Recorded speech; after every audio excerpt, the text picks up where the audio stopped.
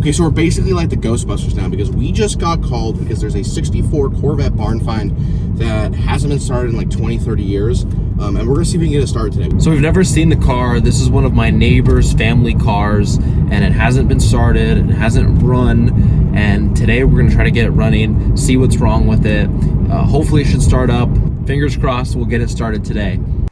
Okay, we just got here. So this is a 64 Corvette Stingray. It is the first time I've ever seen it. It looks awesome. I mean, the paint is in decent condition. The chrome looks great, but this thing just won't start. So today we're gonna see, we just pulled the hood open, kind of trying to take a look to see what we're dealing with, but it's a 327 original matching numbers. And we're basically gonna kind of go through the main things, you know, spark, fuel, and compression, see if we get this thing started. Kind of see like what we got here. It looks like there's somewhat of a modern looking alternator. It looks like there's electric choke. Yeah, after looking, you can tell there's a few things that need to be replaced ASAP. See, it's got its rat poop on top of the intake manifold. So apparently the fuel pump has a little bit of a leak, so we're gonna replace that today. The spark plug wires have big cracks in them, so we're gonna replace that as well. All right, let's get started. Oh, there it is. Getting this alternator bracket off, getting this alternator out. We kind of start to assess the damage a little bit closer and show you guys. It is loose. Wow, that was really loose. Remember, the battery's disconnected, so don't have to worry about any shorts or anything, but there you go. We'll kind of just move this out of the way. Less things we have to disconnect, the better.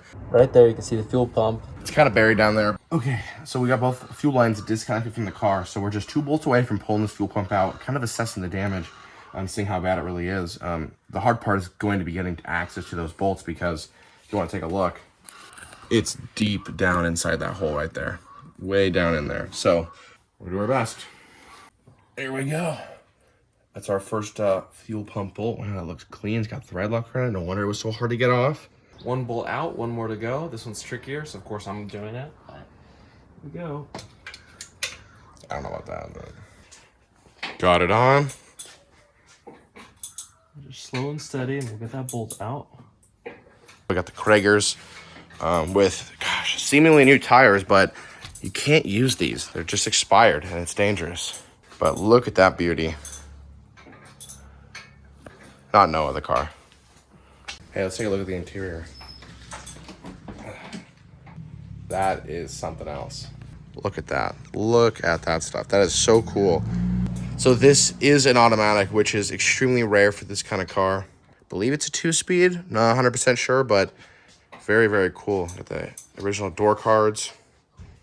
This thing is super cool. Kind of reminds me of the GT40 with this thing kind of going above your head. God, that sound.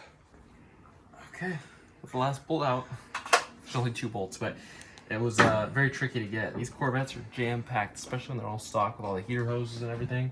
But the fuel pump is out, so now we'll just pull it out from the bottom. There it goes. Yeah, just go ahead and pull it. The fuel line's just gonna come out with it. There you go. Let's take a look. Oh, you just spilled gas everywhere. Got some gas on it. It's caked in oil and fuel. So here's the old fuel pump, pulled it off. Can't have gasoline leaks. You know, a little bit of oil here and there, it's whatever, a little bit of trans fluid, but you don't want gas leaks because that causes fires. So we're gonna make sure it's all good to go. Okay, let's see if this fits. That would just be splendid. And no, way too small. You know what the thread size is on that? Well, yeah, it's 3/8. So I just pushed the push rod with those screwdrivers. It took a very long time, but right now, basically, the only hole that's exposed is the hole for the fuel pump. And there's a little push rod that basically gets actuated by the camshaft. So as the camshaft spins, it pushes the push rod, which actuates the fuel pump. And I just gotta, basically, I pushed it up. So right now we gotta figure out, without disassembling the rest of it, can we get this fuel pump in there? So there's usually a little bolt on the side of when you're installing a fuel pump that holds the push rod in place so you can install the fuel pump. We don't have that bolt, so we gotta get creative. What can we stick in that hole so we can hold the push rod? That's the question. So we gotta find a smaller bolt. We gotta find a bolt in this garage. Unfamiliar territory. I gotta find a bolt that'll fit in this motor. Okay, it's snug. We actually found a bolt, believe it or not, in the garage. It went right into that hole for the push rod, like holder bolt. Yeah, because that bolt wasn't there. It's supposed to be there, but there was no bolt in it. So we had to improvise and get a bolt. Yeah, and basically you want to use a longer one to hold that push rod open, and then you get a shorter one to plug it up. Basically, if that hole was left open and you were taking this thing for a spin, it would eventually just spew a bunch of oil out that hole. Okay, so right now our push rod's being held open. So it's just a matter of getting this new one in, bolting it up, and putting the fuel lines on it. This is the new and improved. Here's the old one. You can see, very similar. This one actually has a little AC Delco thing right here.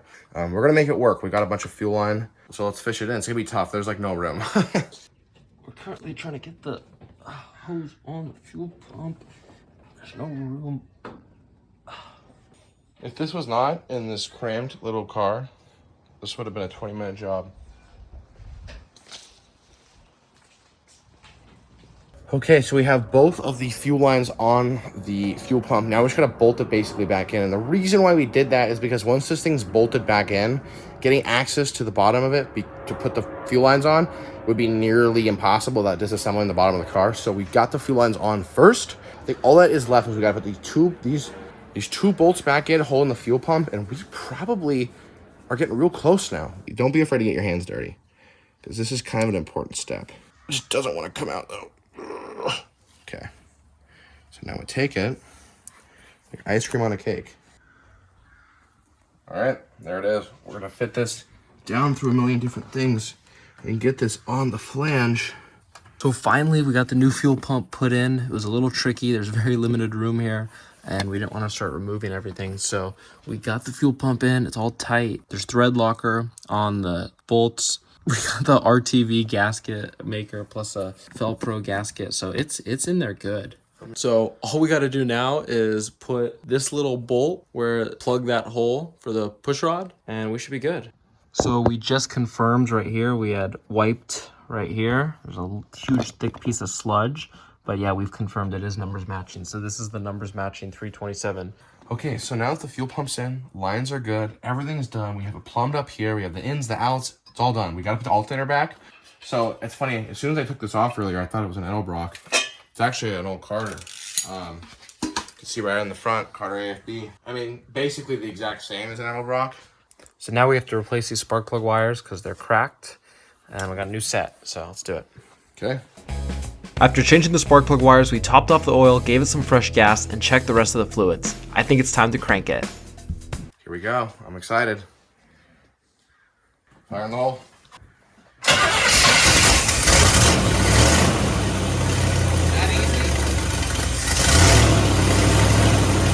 Gas in the car. That easy? Are you kidding me? Oh, turn off.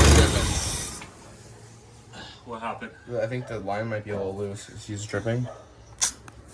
Okay. Fire in the hole. Part 2. We just got to start up. We're going to try to see. We just took out the jack stands. We're going to try to see if we can actually move this thing. Will it move? Oh my gosh.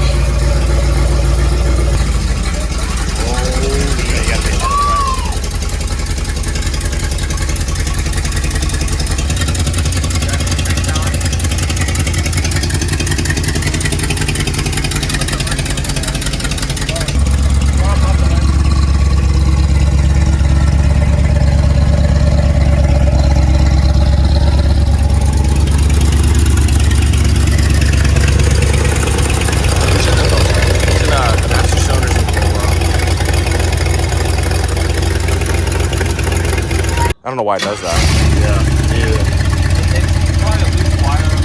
Yeah. Yeah.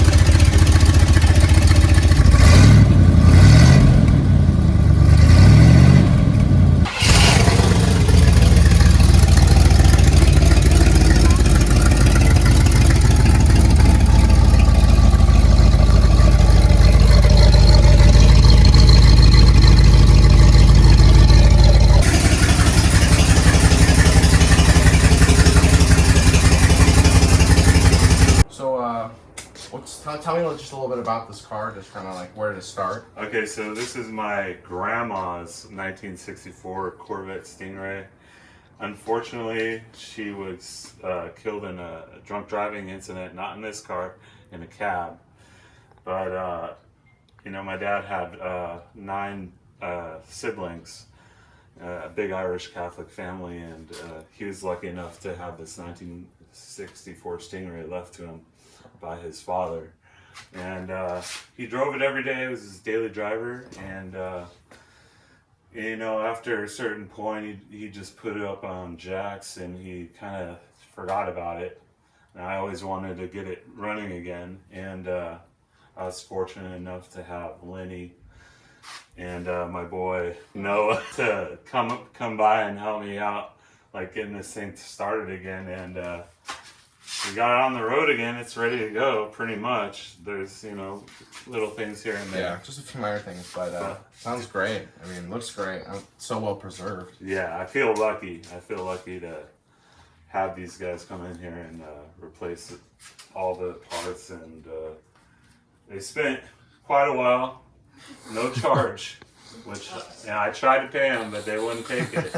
So, I mean, it is what it, too cool of a story. yeah, it is what it is. So, but eventually this thing's going to be cherry and that, and we're going to get it back on the road again. Yeah, But it's great. it's pretty as it is, but Yeah. you know, I'm just stoked to hear it going again. And it was original family and matching numbers. Yeah, matching numbers. That's crazy. You don't find that very often. Yeah, yeah. This is my boy. This is my boy right here, Nolan. But yeah, we're gonna get on the road, and eventually it's gonna be his. And I'm really stoked, man. He seems to like it. Yeah, it's cool. It's a cool ride. It still stinks to high heaven because I don't know. That's how all the old cars smell. Yeah. Man. Awesome. Well, thank you. Thank you for the opportunity, man. Thank you, dude. I appreciate it. Yeah, for sure. Sweet.